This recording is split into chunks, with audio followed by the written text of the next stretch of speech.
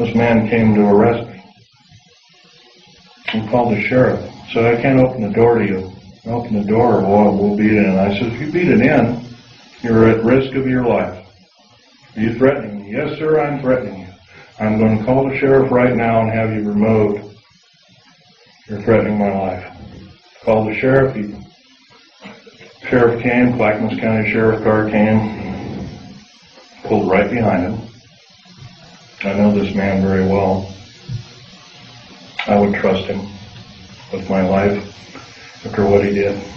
He risked his job. He risked a 22-year career with the police department. He went right behind this guy, prevented him from getting out. He threw a bullhorn. He says, you are under arrest. Please come with me and I'll escort you out.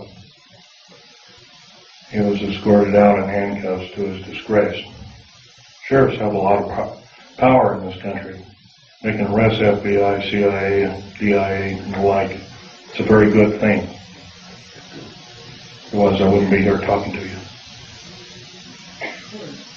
Now, I want to end this talk by mentioning we all know what the Patriot Movement stands for. Every one of us loves America. Most of us love America more than our life. Most of us are willing to defend it as we have defended it before. And we'll defend it again and again and again for how many times it takes until we get the objective done. I would like to believe I'm a patriot. I'm no longer employed by the federal government. I took a pair of scissors and cut up my security card and I mailed it back to the SOBs, pardon my French. I wrote a detailed letter and said, if my life is threatened in any way, shape, or form, I did this. It's already been threatened. I will consider downloading 140,000 pages of information sensitive to the New World Order, Strategic Defense Initiative, and what it really stands for, and the federal government structure as a whole. I've already begun to do this through the Infonet and the Internet worldwide. I spent $78,000 getting these kind of pictures away from the federal government after my father willed them to me in his will. Here all they are, a piece of paper with a few revealing notes on them. Incidentally, Val Thor is this particular character right here. Right here. He hasn't changed a bit in 58 years thereabouts. I have over 7,000 pictures. I have detailed files and writings.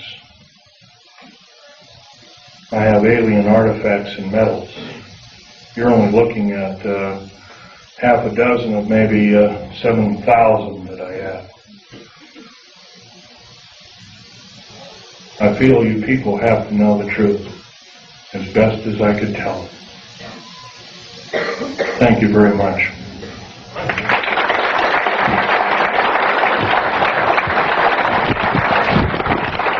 By the way, I might want to mention, if you want to look at these artifacts, try not to handle them, just look at them. And, yes. Thank you. You indicated that you were injured by shooting a critter. Right. Would you mind explaining to us your injury? I'll be glad to. Sorry, women folk, this is kind of gory.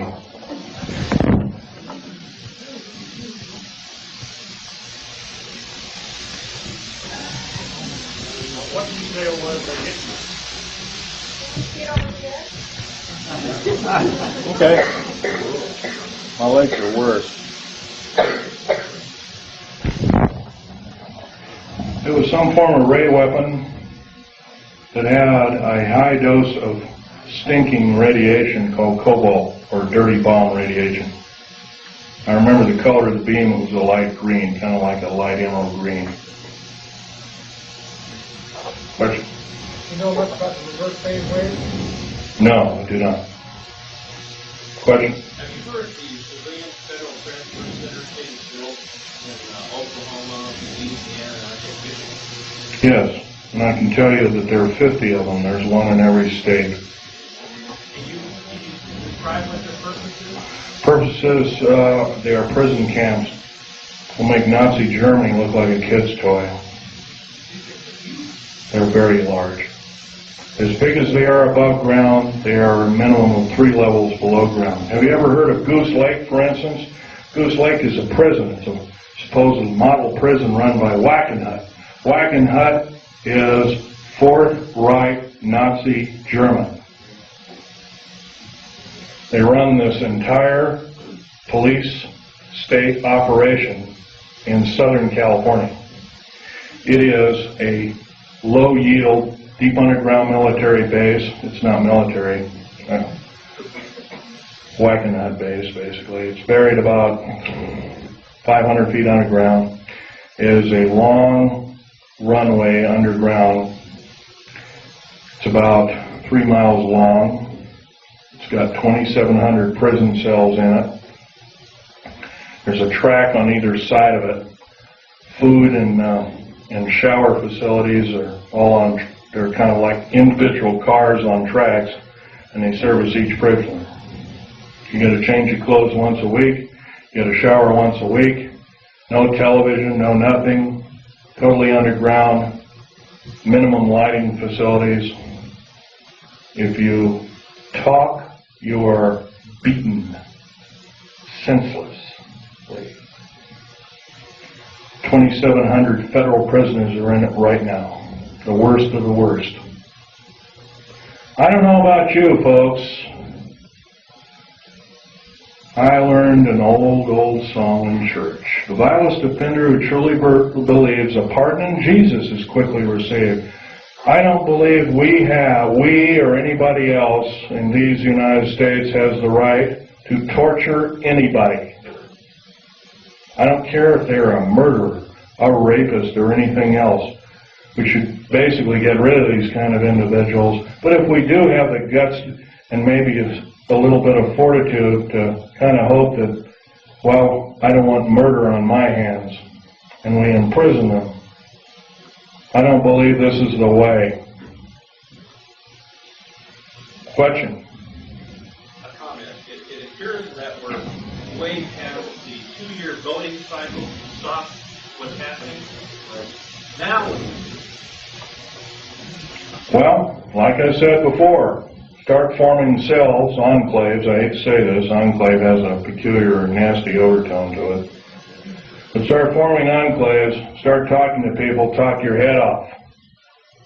Talk your head off because your life depends on it. I'm not asking you to do what I'm doing. I'm asking you to risk your life for these United States like I am doing.